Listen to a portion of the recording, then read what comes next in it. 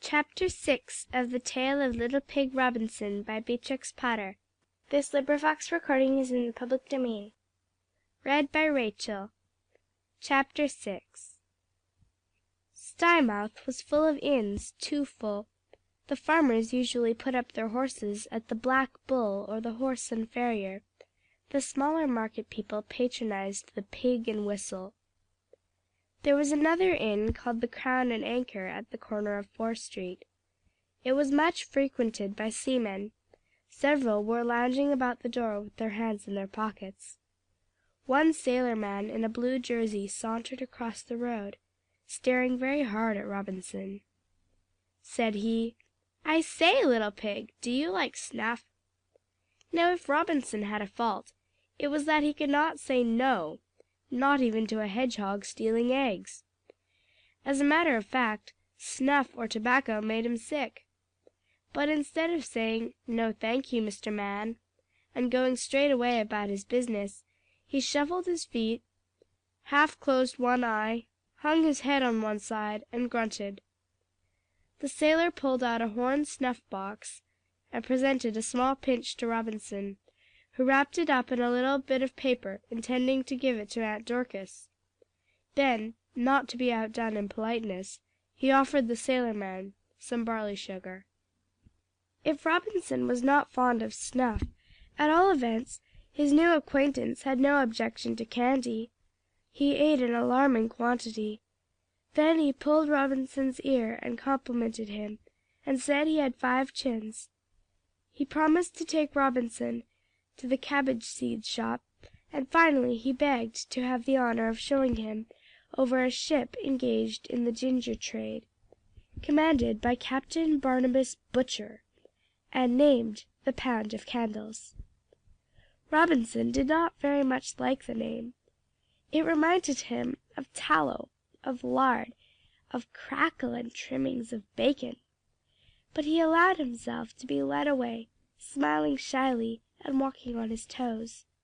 If Robinson had only known, that man was a ship's cook.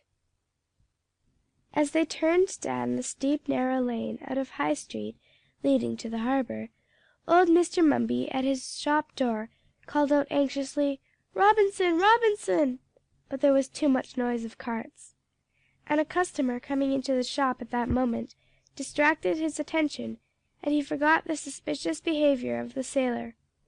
Otherwise, out of regard for the family, he would undoubtedly have ordered his dog, Tipkins, to go and fetch Robinson back. As it was, he was the first person to give useful information to the police when Robinson had been missed.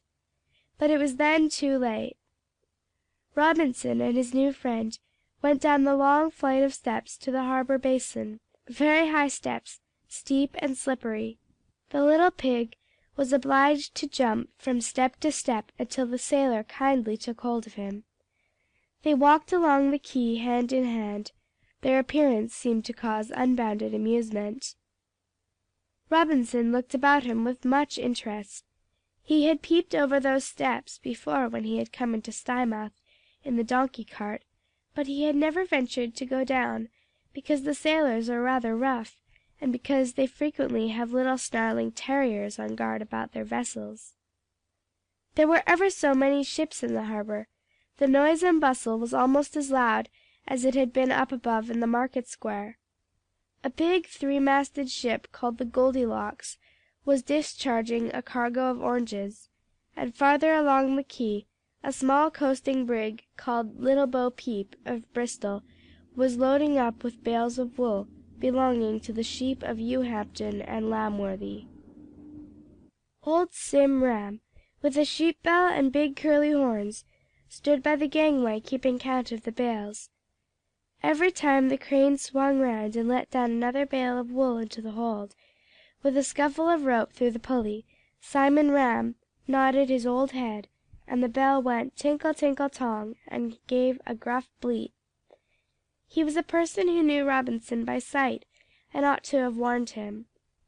He had often passed Piggery Porcombe when he drove down the lane in his gig. But his blind eye was turned towards the quay, and he had been flustered and confused by an argument with the pursers, as to whether 35 bales of wool had been hoisted on board already, or only 34. So he kept his one useful eye carefully on the wool, and counted it by the notches on his tally stick, another bale, another notch, 35, 36, 37. He hoped the number would come right at the finish.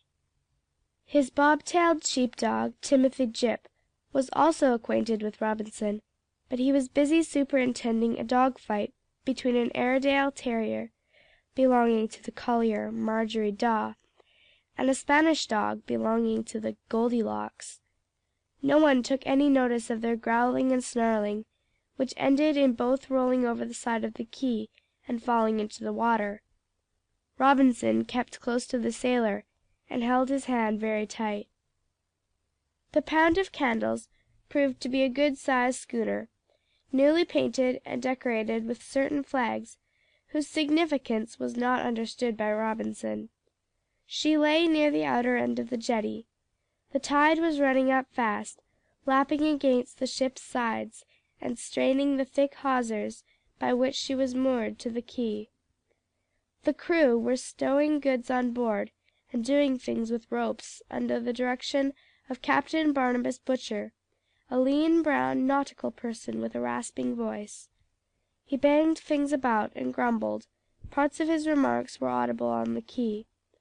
He was speaking about the tug Seahorse, and about the spring tide, with a northeast wind behind it, and the baker's man and fresh vegetables, to be shipped at 11 sharp, likewise a joint of— He stopped short suddenly, and his eye lighted upon the cook and Robinson. Robinson and the cook went on board across a shaky plank.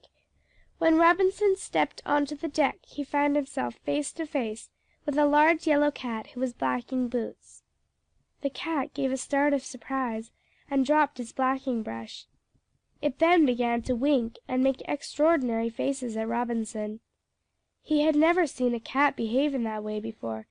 He inquired whether it was ill. Whereupon the cook threw a boot at it, and it rushed up into the rigging. But Robinson he invited most affably to descend into the cabin, to partake of muffins and crumpets.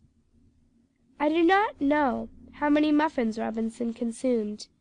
He went on eating them until he fell asleep, and he went on sleeping until his stool gave a lurch, and he fell off and rolled under the table. One side of the cabin floor swung up to the ceiling, and the other side of the ceiling swung down to the floor. Plates danced about, and there were shoutings and thumpings and rattling of chains and other bad sounds. Robinson picked himself up, feeling bumped. He scrambled up a sort of a ladder staircase on to the deck. Then he gave squeal upon squeal of horror. All round the shop there were great big green waves. The houses on the quay were like dolls' houses, and high up inland above the red cliffs and green fields he could see the farm of Piggery Porcombe, looking no bigger than a postage stamp. A little white patch in the orchard was Aunt Porkis's washing, spread out to bleach upon the grass. Near at hand the black tug Seahorse smoked and plunged and rolled. They were winding in the tow rope, which had just been cast loose from the Pound of Candles. Captain Barnabas stood up in the bows of his schooner. He yelled and shouted to the master of the tug. The sailors shouted also, and pulled with a will, and hoisted the sails. The ship keeled over, and rushed through the waves, and there was a smell of the sea. As for Robinson, he tore round and round the deck like one distracted, shrieking very shrill and loud. Once or twice he slipped down, for the deck was extremely sideways, but still he ran and ran. Gradually his squeals subsided into singing, but still he kept on running, and this is what he sang. "Oh, poor pig Robinson Crusoe! Oh, how in the world could they do so? They have set him afloat in a horrible boat! Oh, poor pig Robinson Crusoe!" The sailors laughed until they cried, but when Robinson had sung that same verse about 50 times, and upset several sailors by rushing between their legs, they began to get angry. Even the ship's cook was no longer civil to Robinson. On the contrary, he was very rude indeed. He said that if Robinson did not leave off singing through his nose, he would make him into pork chops. Then Robinson fainted, and fell flat upon the deck of the Pound of Candles. Chapter 7